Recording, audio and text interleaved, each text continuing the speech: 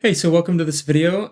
This video is basically to serve one purpose. There's a million videos out there on these Meris pedals that showcase crazy sounds and really incredible sounds, but crazy sounds, and a few out there that showcase how to dial in some simple sounds. But I haven't personally. I mean, there's a few, but there's not a whole lot of videos on uh, how people are using these for worship, for their Sunday services and stuff. So I'm making this video to show how I've been using the Meris pedals, the Mercury X and the LVX, for my playing at my church. So hopping right in, I'm playing through my Gretsch semi-hollow Electromatic, everything's stock, running through the board that you see. And starting off, here is my dry tone, saying dry instead of clean like most people because it's not super clean.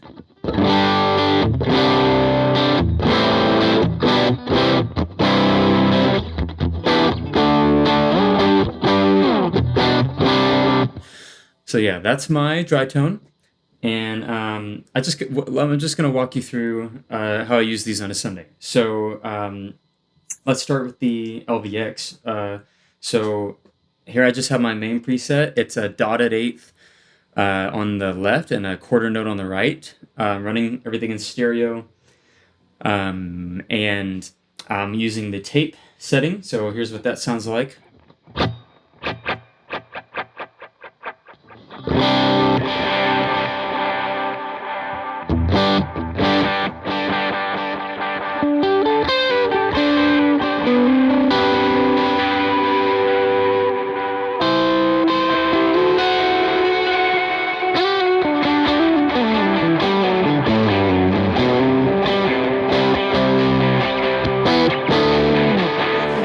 So yeah, it's just it's a tape. I have a little bit of crossfeed on it, and I have some of the normal tape modulation in it. Also, I apologize for the subpar voice audio quality. I'm running all of my channels up on my interface, so I'm using a less than ideal setup. But anyways, as long as you can hear the guitar well. So on the LVX, I'm doing a couple little tricks with it. So if we go in there, here's my delay settings. I'm dampening a little bit just to roll off a little bit of high end so it sits a little more behind my guitar. Feedback's a little below 40. Mod is around 30, crossfeed's around 20, so I get that a little bit of that galloping. So if I turn the crossfeed off, you hear this, which sounds awesome. It's just you don't get that galloping between the two, so it'd be.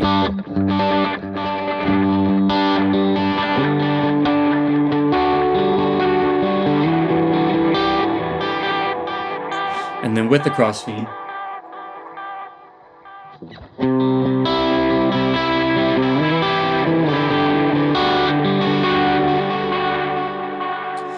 but it's not a huge difference, while you're playing. But the trails, I like the trails. I came from the Volante, which I love, and the Volante, because of the style of the tape that it is, the repeats feed back into each other, into the record heads, and so I'm trying to mimic that on the LVX, and it comes pretty close. It's not exact, but it's pretty close.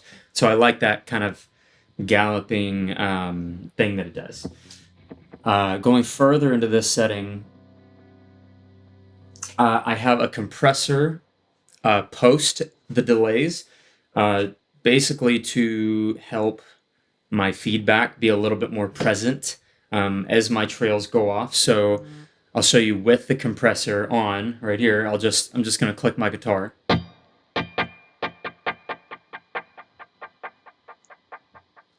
So they trail off, but they're still present. So I'll turn off the compressor, and then I'll do it again. Oh. That's a hurricane warning. Don't mind that.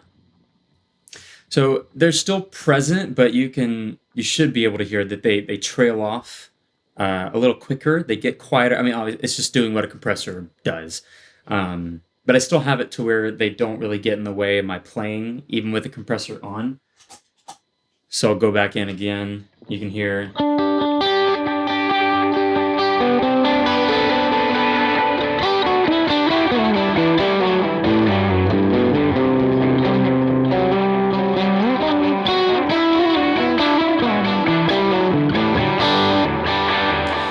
So they're pretty present, and I have it mixed pretty decently. I think the mix is around maybe 30% or something like that.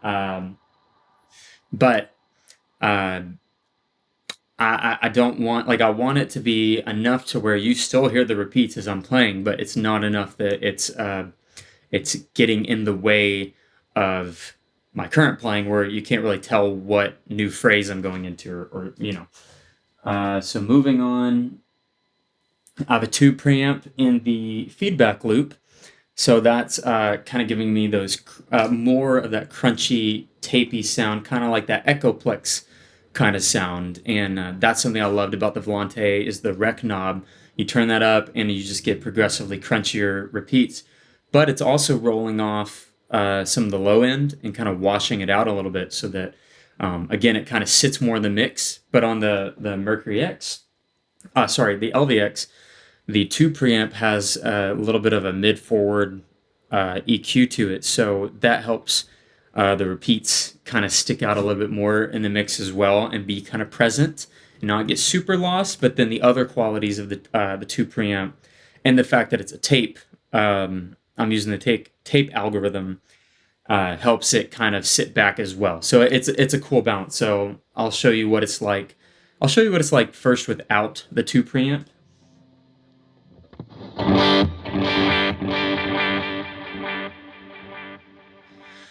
So the tape repeats hold themselves together a little more. There's more low end that I'm hearing. And then with the tube preamp back in.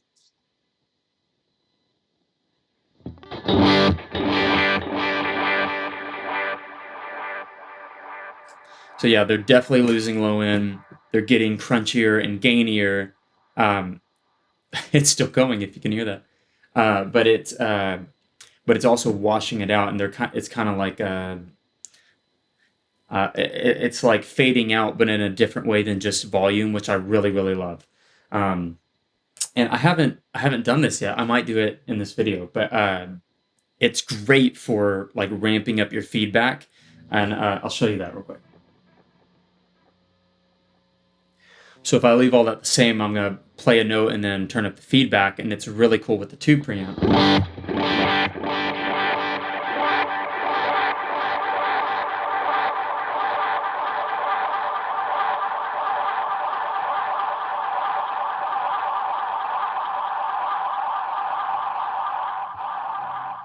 So, and I love that sound, but I'm gonna program it to where when I hold down the preset foot switch, that it's gonna ramp up the feedback, and I'm gonna get that swirly sound, like if I want to sustain something at the end of a big bridge or chorus or outro or whatever. And I'm not gonna go quite in depth through all of my presets, but I want to show you kind of my methodology of how I'm using it. So moving on to the next one in this bank, it's literally the exact same thing, except going to the pitch category, I have the micro tune on my pre and dry signal at about 13 cents up and down on each side, about 35% mixed in, and that just gives me a really cool kind of chorus sound. It sounds great with drive.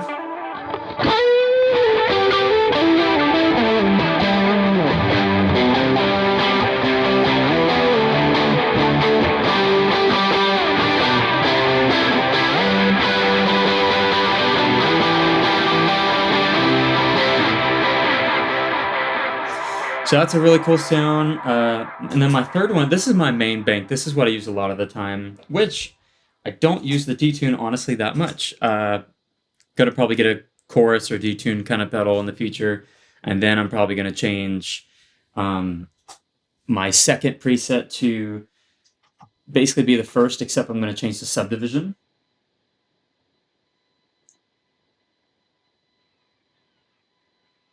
from a quarter to an eighth, so it's a dotted eighth and an eighth, and that'll just give me this sound.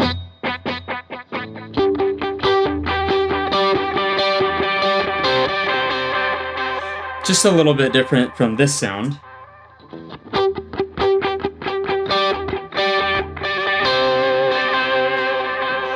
Which I tend to prefer the quarter note versus the eighth on a dual delay, but there are definitely times where I do want the eighth note instead of the quarter note. But my third preset is just, it's a short analog. It's just a dotted eighth. So it's for when sometimes I find the dual delay bouncing back and forth to be a little bit distracting. I love it during most moments, like 99% of moments, and big songs, stuff like that. But then there's sometimes where I just want a dotted eighth.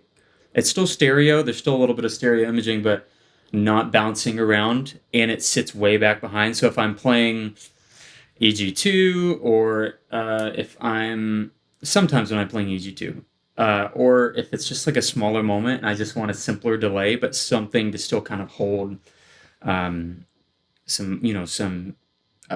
repeats behind me, I have this.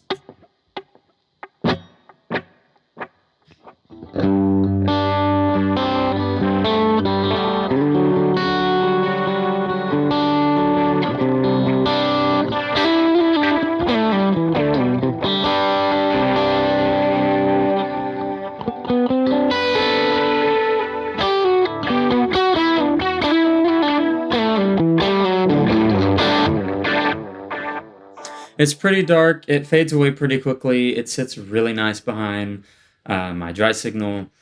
So I like it. Yeah, that's what I use for that. Moving on to the next bank up, I have what I'm considering a microcosm preset. I used to have a microcosm and I loved it, but it has a really bad noise floor issue and the stereo spread wasn't that good. So I sold it. And then I tried a Mood Mark II from Chase Bliss, and it was very cool for what it was, but I just didn't really like it for what I do. I didn't find it did that microcosm thing quite as well. The microcosm is probably the best thing that the best at what it does, in my opinion, except I just have some issues with it where I just don't really jive with it. But all this is it's basically the exact same preset as my main preset, except I have the polychroma in the feedback loop set to 50% mix and an octave up, but then I'm using the LFO-A and the modifiers to to take the pitch from an octave up to an octave down at a whole note interval, which is tempo synced, so that you get that variation in the pitch. And I'll show you why in a second. And it's at a square wave, so it instantly goes from octave up and down. So this is what that sounds like.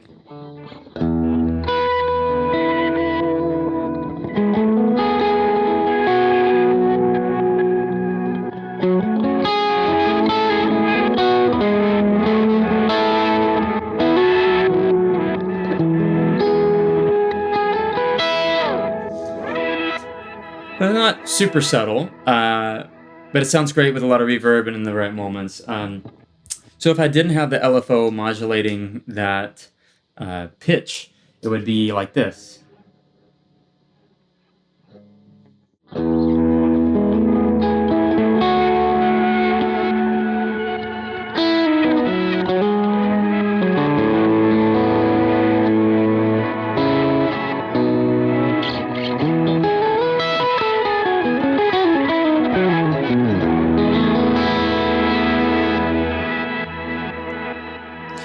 So yeah, that's not like a bad sound or anything. I just don't like how it just keeps getting higher and higher and higher. I like this where it has both octaves.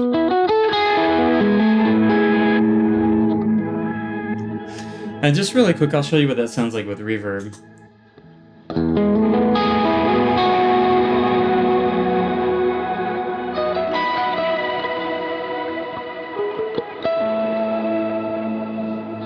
And And then I like to do it with my tone rolled back a lot and with swells.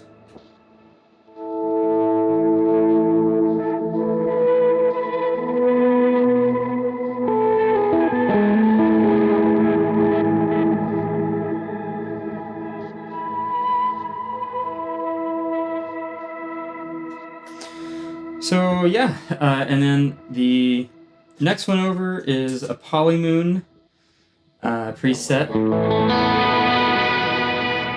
Still experimenting with this one, seeing if I like it, what I want to do with it. I'm using the mono. A note about this one. I'm using the monochroma pitch shifter, which allows you to do one on each side. So I'm doing an octave up on one side and an octave down on the other, and then doing a lot of crossfeed in the delay section, which kind of makes the octave switch sides a little bit.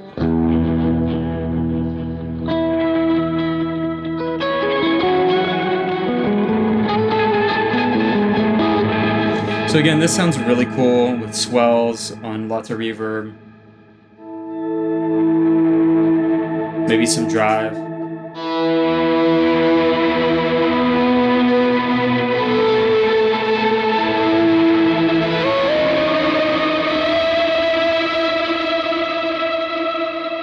Kind of big and cinematic. This one, actually I haven't fully dialed this one in. I'm trying to dial in like a dual delay. I don't really use that one a lot. So that is mostly it for the LVX as of now. Okay, so now let's go through some of my reverbs. These are pretty simple, honestly, but I like them a lot. So starting with my first one, sometimes I like to name my things silly things. So this one is Bilg. The reason it is named Bilg is because I believe I meant to spell big, I think, and I messed it up somehow, or I had to save it before, like really quickly before I had to play, or so I don't remember. And then I just kept it because I liked it. So Bilg is the 78 Hall. A little bit of modulation.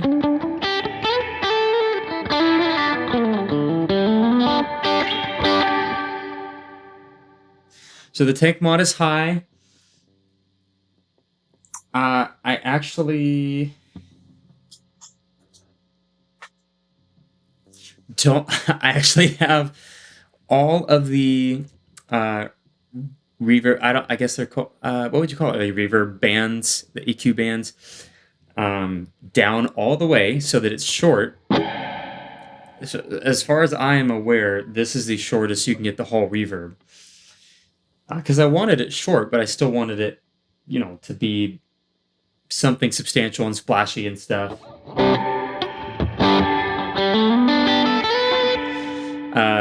But I didn't want it to be super big. Yeah, diffusion's all the way up. I don't have any pre-delay on. I want it to come in immediately. And so basically, this is all that it is.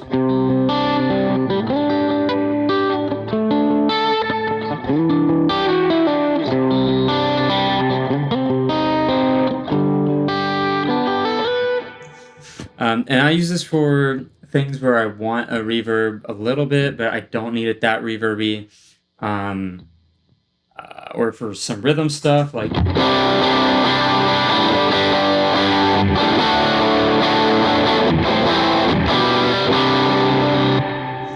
And so it does have one special usage that I have, and I press this switch, and it just gives me lower mix. So it goes from to... And that's just for when I want one of those, like, you don't really know that it's even there, but you kind of notice when it's off.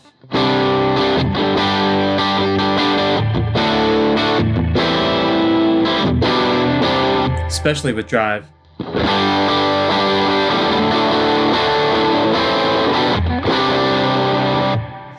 And it kind of only affects the trails versus this.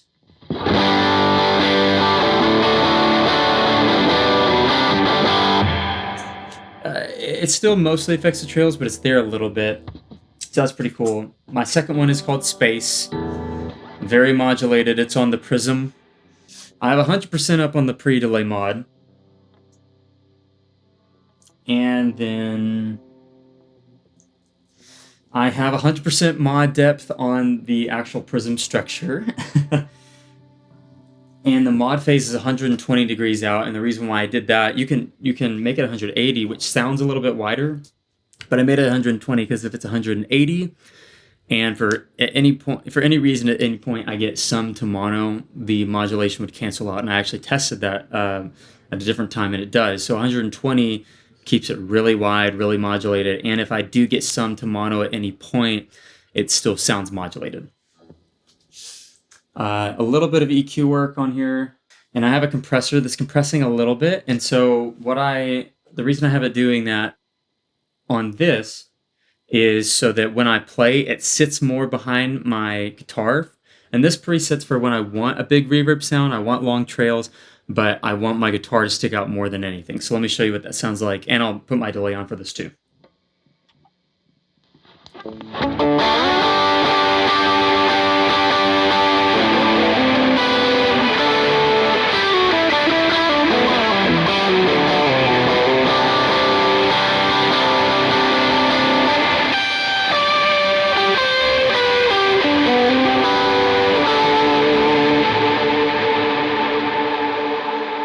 So yeah, it still has a lot of trails. It's huge. It's really wide, but it like I said, it sits behind my reverb more.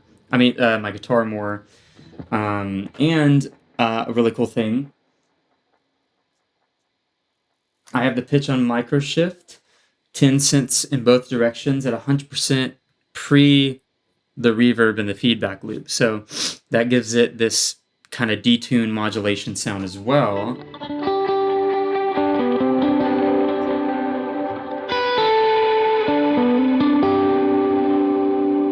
I'll turn off the other modulation real quick and let you see what it sounds like with just this.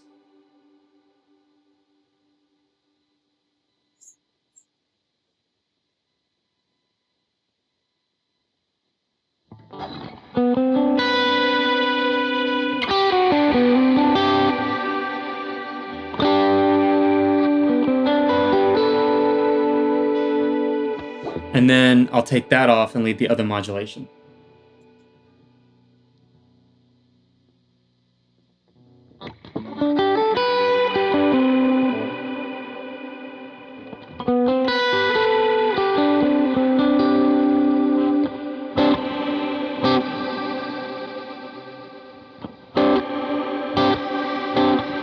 It just has this nice quality that I really like about it. And then my last one is called Largo because it's very large, and it's basically the same exact Prism setting except some bigger sounding settings, higher mix for sure, and it's supposed to almost. Oh, it also has a compressor on it, but it's compressing a little bit less than the other one, so it still lets like lead notes stick out and have attack, but I'm wanting it to really get into the amp, drive it, break up. And this is what that sounds like. I'll play it softly at first, and then I'll kick on some drives.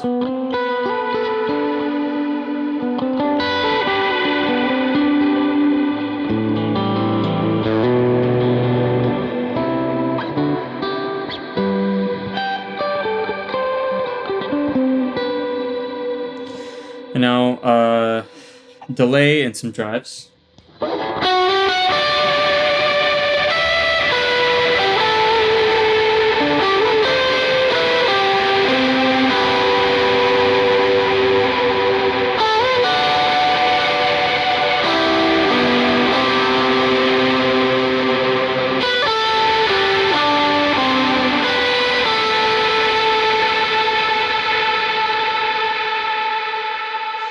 And I forgot to mention that the compressors on the reverbs are it's like in the LVX. They're at the end, they're post, so it is actually ducking the whole of the reverb, not ducking whatever goes into the reverb, if that makes sense.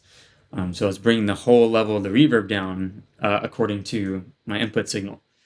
And I'll put on all my drives, which is a lot, but it shows you how it really keeps out of the way.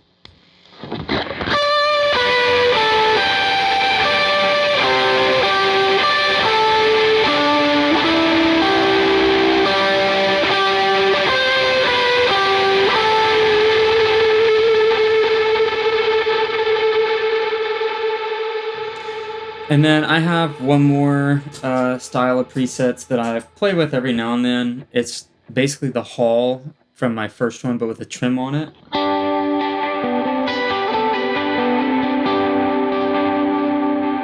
Like maybe if I'm playing Goodness of God or something.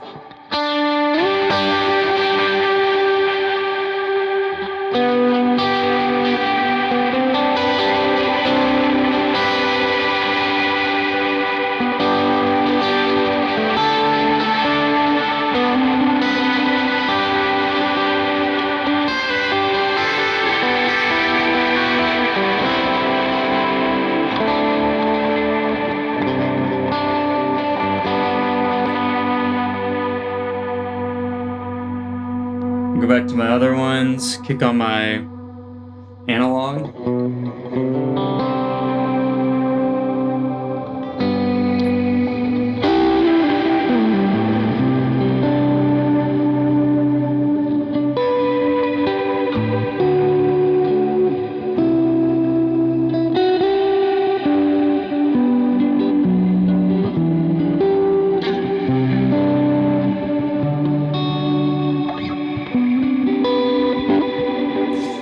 Yeah, so that's mainly, oops. That's mainly what I use the Meris for. And yeah, I'm loving it. I'm loving how they sound. There's so much clarity. I came from some other reverb pedals and delay pedals, and there's not really anything I have wanted these to do that they haven't been able to do. And as well, like I said, there is much more clarity I'm finding. They sound more hi-fi in a good way. Um, not in like a sterile way. There's still character and that kind of quality to them, but they're definitely it's hard to explain, but it's almost like going from like 1080p to 4K. It's like there's clarity, there's detail. I can hear what's going on much better in them. Um, uh, they still do the same thing as other pedals, but I just feel like these do it at a much higher level that I really didn't suspect. Like it just sounds really good. I mean, listen to this.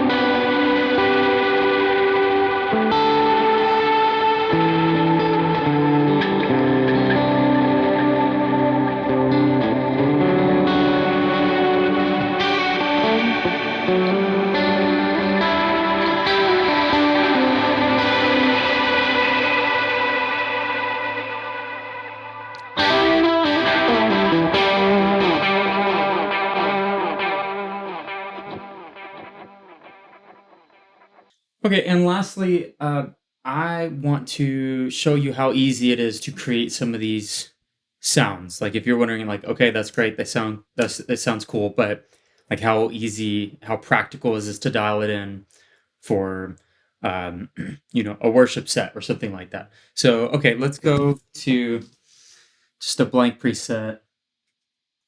There we go. So on blank preset, let's go in, start editing.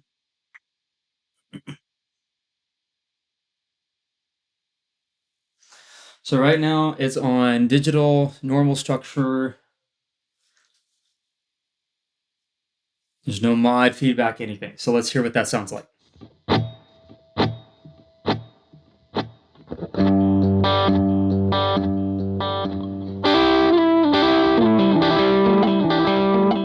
Okay, so that sounds, I mean, that's as basic as it can get right there. So I love tape, so let's go to tape and see what that sounds like.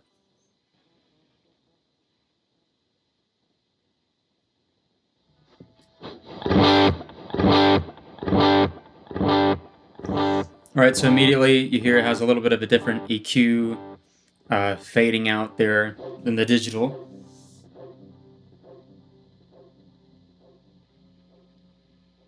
So I'm just going to give it some modulation and pull back the feedback a little bit.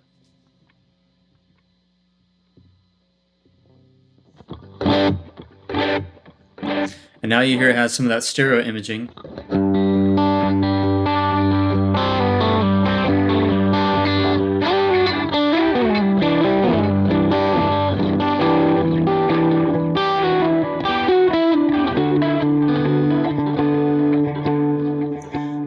Okay, and now I'm going to turn the mix down a little bit because it's a little bit louder than my guitar.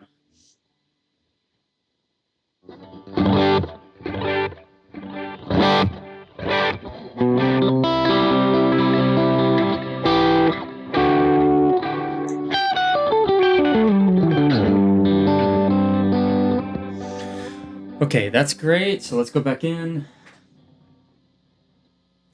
I'm just going to set it up the way I would. So I'm going to put a dotted eighth on the left and a quarter on the right.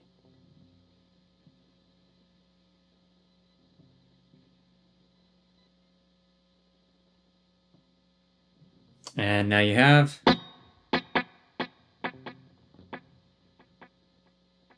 Turning up the crossfeed.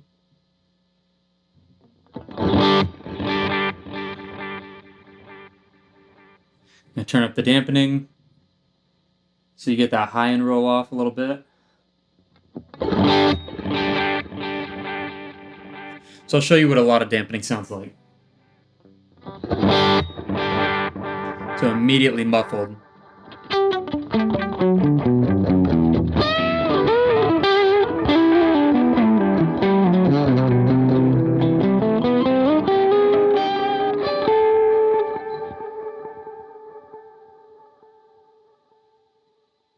You know, if you don't hit wrong notes, are you even playing guitar?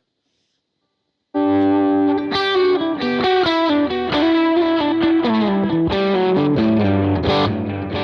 I like a little bit of that dampening.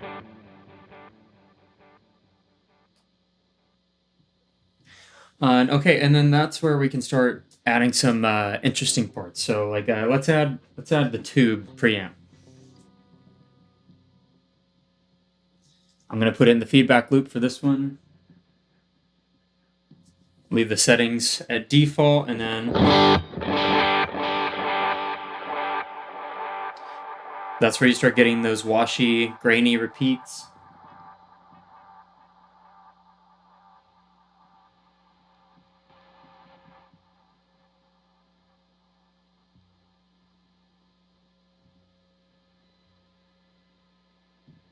Adding a compressor, just taking it down a little bit and compensating a little bit.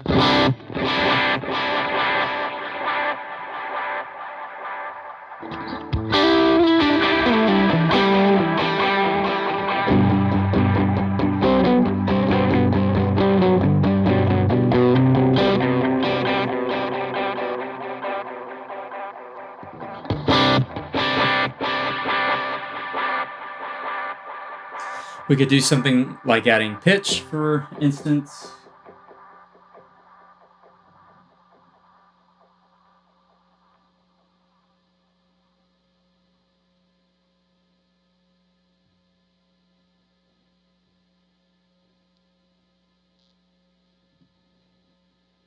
Let's try just 7 cents. So that's interesting. That's weird, but it's interesting, and it's really easy to get there.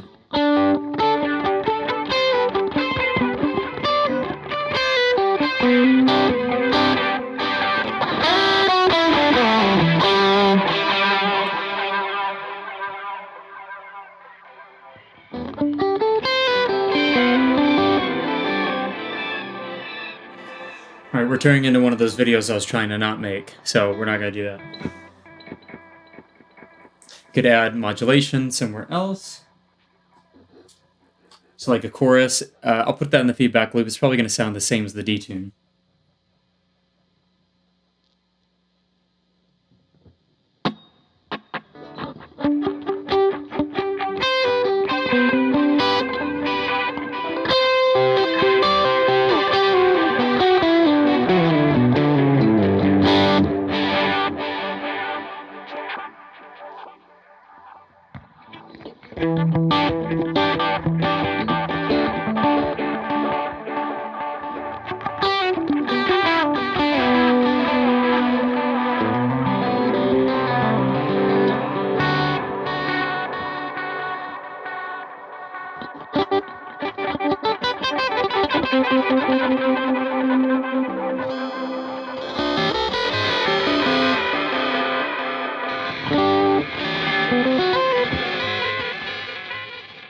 But the point I'm trying to make is it's really, really, really easy to make presets on here. So that's the LVX. And then let's try the Mercury X. So let's say I want a nice, warm, modulated hall.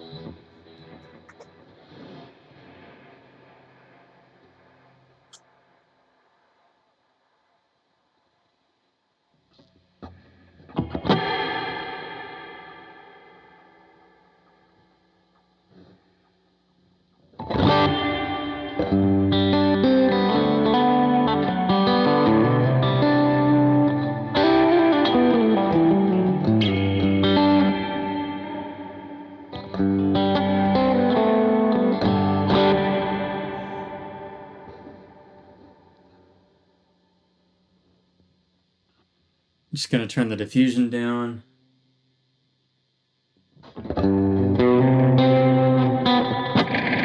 You hear more of those reflections.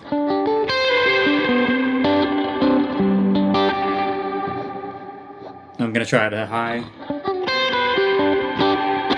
Here it's a lot smoother.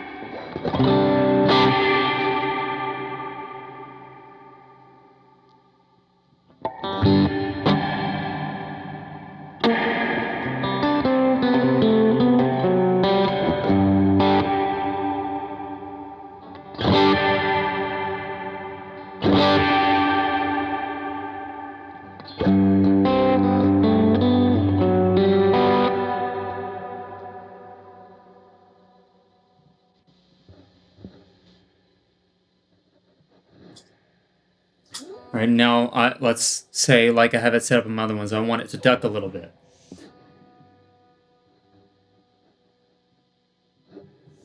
So when I play soft, it's really present, the mix is high, but then when I really dig in, or add drive,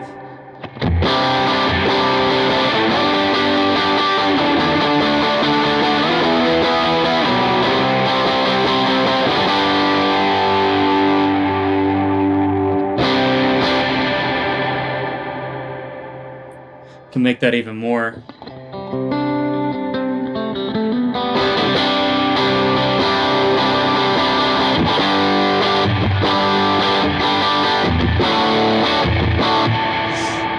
And you see when I'm really playing, it almost sounds dry, but then when I, soften up.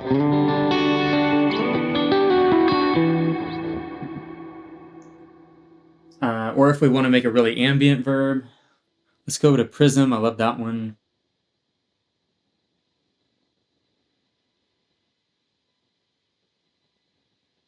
I'm going to turn up the distance and the size.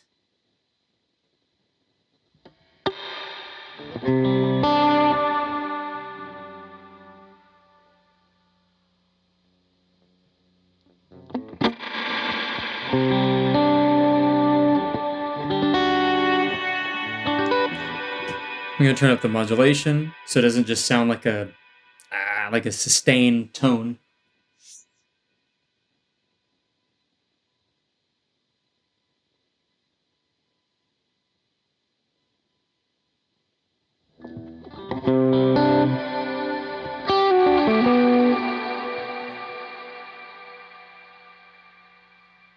pre-delay modulation.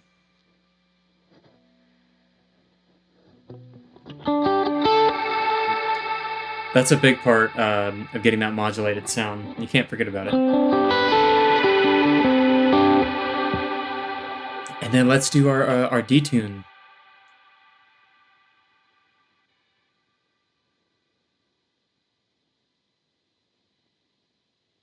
I'll try the feedback loop.